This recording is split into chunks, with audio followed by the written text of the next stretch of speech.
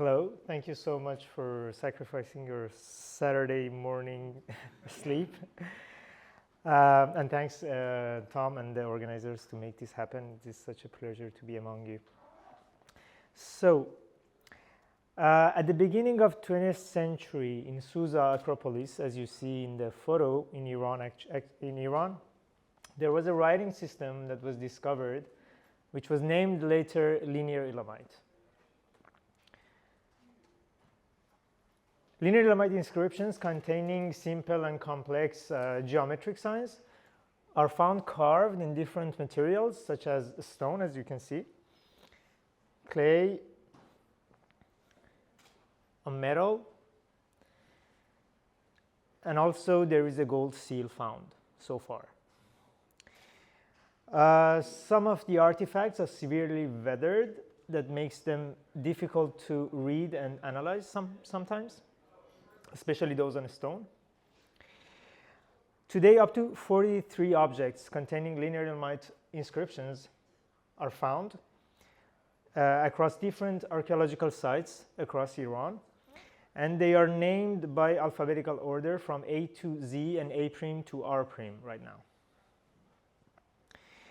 now. These objects are now found in different places in the world, in different museums, and unfortunately there is just 6 of them which are still in Iran, Iranian museums actually. But to understand where these writing systems come from, we should go back to the Elam civilization. As far as we know, writing was emerged in the Near East in 3 regions simultaneously. Johannes yesterday talked about it as well. It is the Egyptian cuneiforms, hieroglyphs.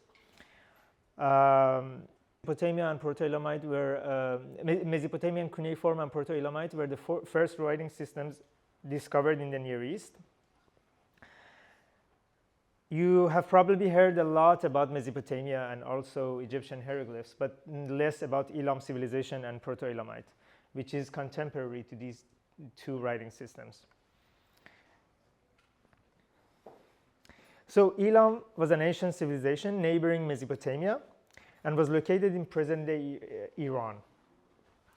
It covered nearly the entire southern half of the Iranian plateau in the late 3rd millennium BC. The territory went through many changes during the years, and during the Achaemenid period, about 500 BC, it was reduced only to Susa. Particularity of Elam compared to Mesopotamia was its confederated governmental structure, and different nomadic and settled populations lived together under this complex governmental structure.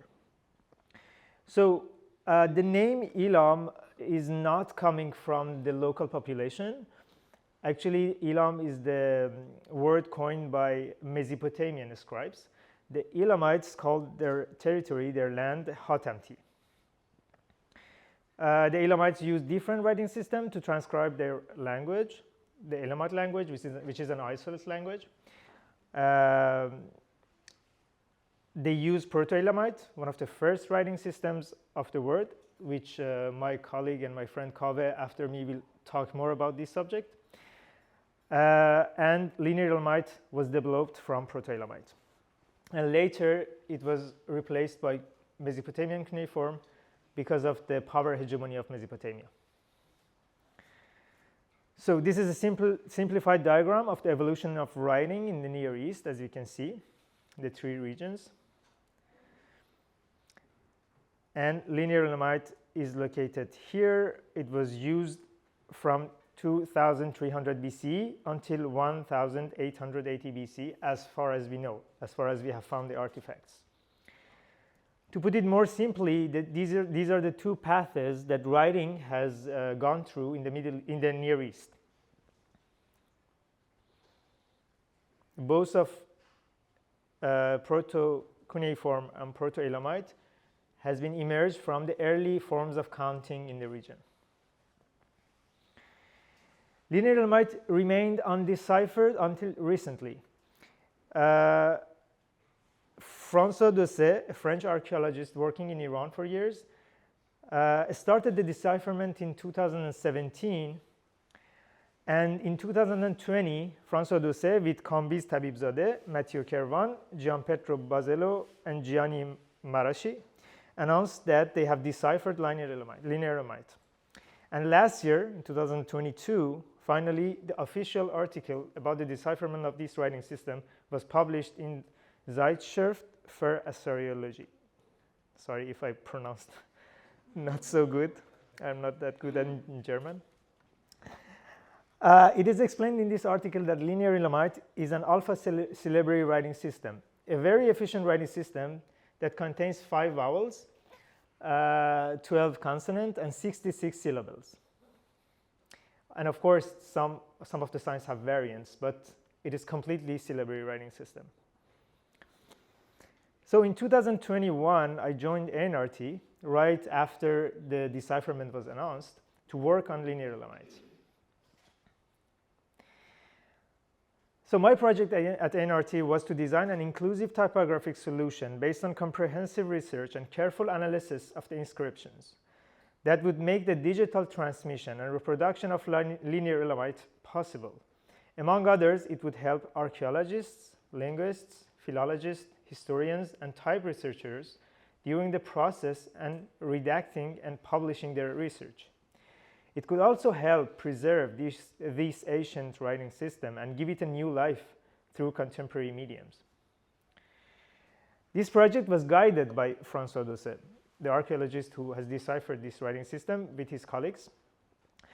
This allowed me to have access to the most relevant archaeological references, but also understand the needs he has as the main user of this writing system. And of course, in this photo, we were not pretending to work for the photo.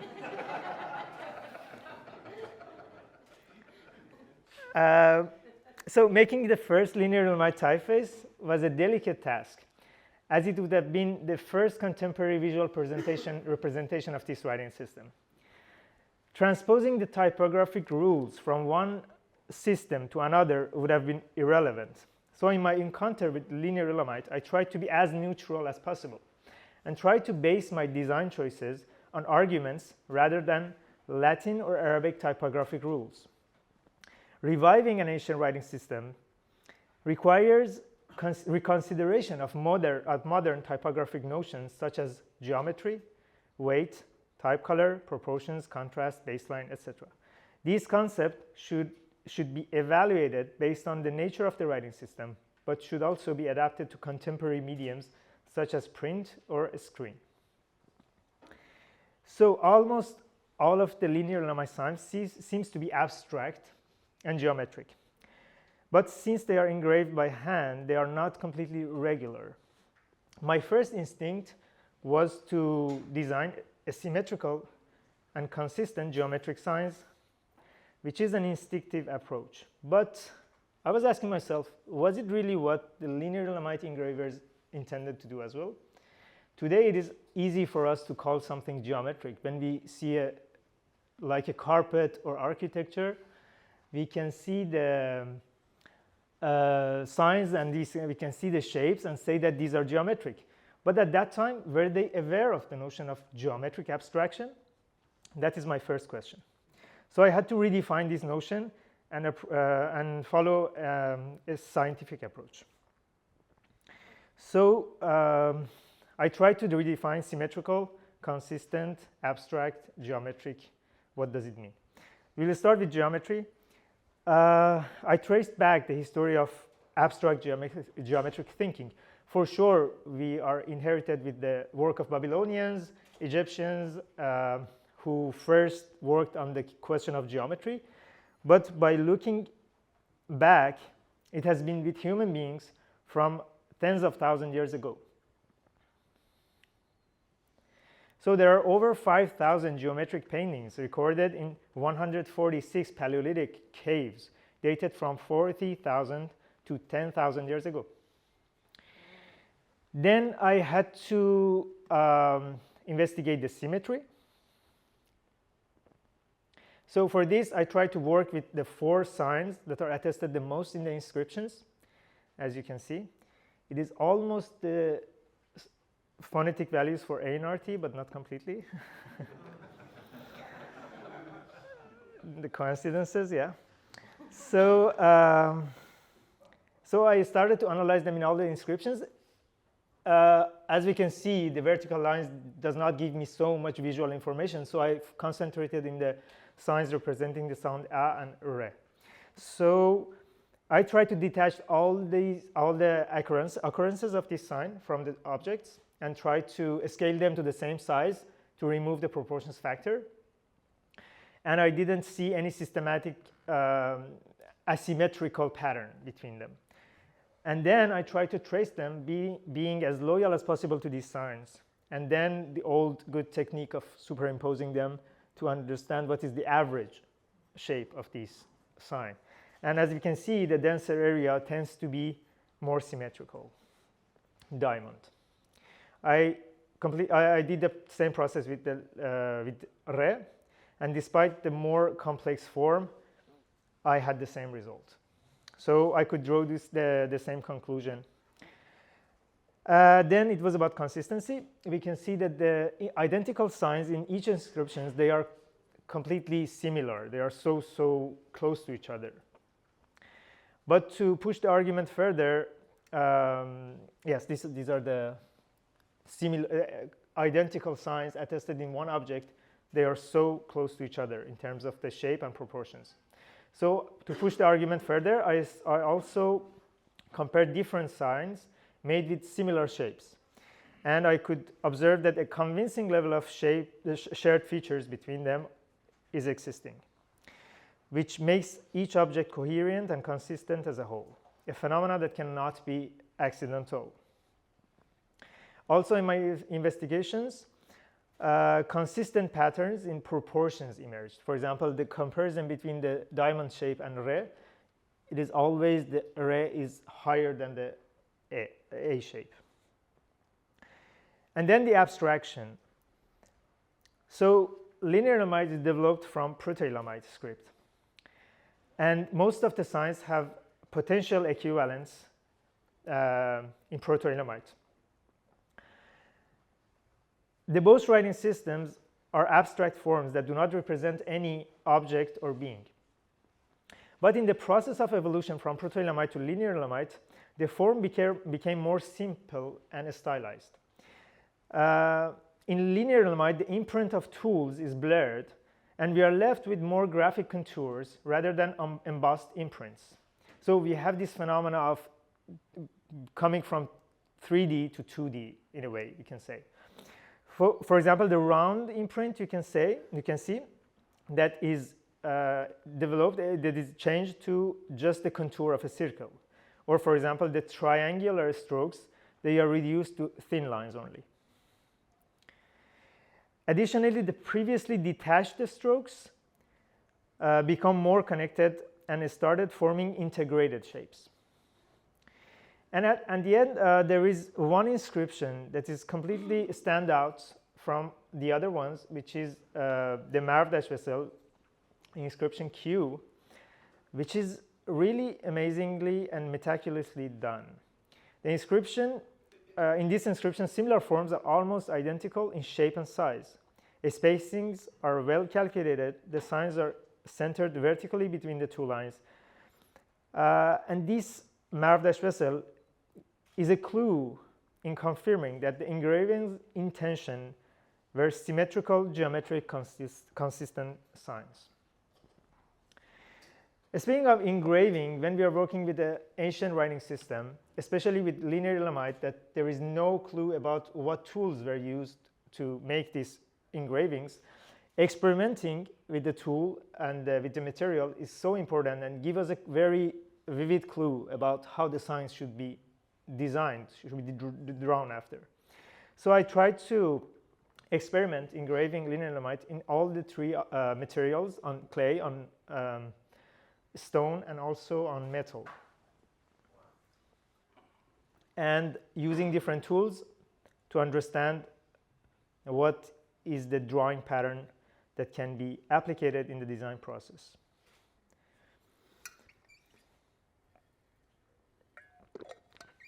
Also, I looked at early Greek inscriptions because we have more information in archaeology about how they were engraved, so I could draw some conclusion, make some hypothesis.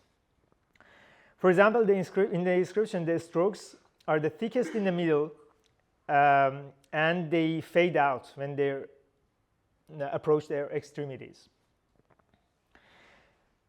And I analyzed how potentially the combination of a round tool and a curved surface contributed to this trait. As we can see, there is a cushion shape form is formed when we press the first lines, and the second lines, it makes the second lines to fade away at the extremities. Also, we can see here how the pressure and the tilting of the tool, round tool, increases the line length. What you saw was just a small glimpse of my research that resulted in my typographic solution, hot empty typeface. Let me take you through a very brief overview of my design process. So I first started with the sign representing the sound A, the diamond shape, not only because it is a sound that is repeated mostly in the inscription, but also this is the sign, the dominant shape of this inscription, because by adding elements on the top and at the bottom or inside the sign, we can have different other signs. So by reserving some space on the top and the bottom of this sign, I tried to keep this component consistent and at the same optical size between different signs. I aim to add some harmony with this way to the inscription, but for the letter T or Re, for the signs T or Re, they are occupying the whole space. By applying this system to all of the signs, I could eventually have 4 main heights for my signs. This system allows for consistency without over-homogenizing the signs. The different heights also prevent the typeface from being too mechanical. Most of the signs easily fitted into this system, but I didn't want a grid to guide my design choices. So about 5 to 10% of the signs which are not fitting into this system, they make the exceptions. This writing system is mostly used in academic articles in English and in Persian. So I had to test this typeface, how it interacts with Arabic writing system and also with Latin writing system. I tried to make them a little bit higher than the Latin or Arabic letters because the regular weight of this typeface is thinner than Latin or Arabic. So by making them bigger, I try to not make them fade away and being less important. The main style of hot empty has a contrast and comes with 2 different weights, regular and bold. The bold version is for pairing with bold Arabic and Latin, so they don't become unnoticeable in a line of text. But I also made 2 other versions, which are the stroke versions.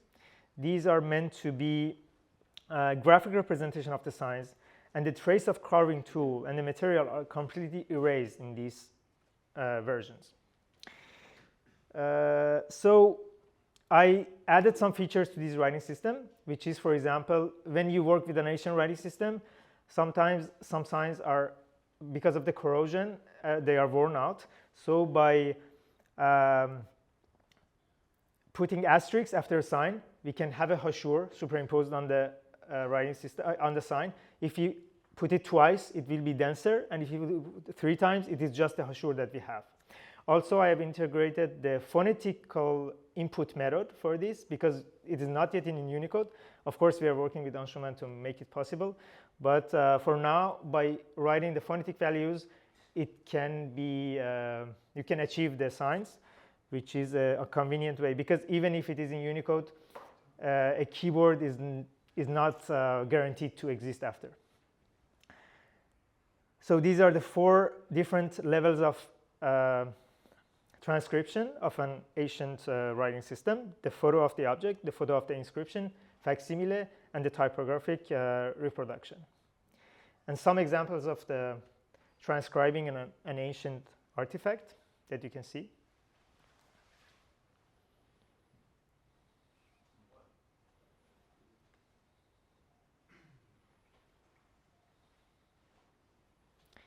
And here is the complete glyph set, which is about 300 signs in 4 different styles.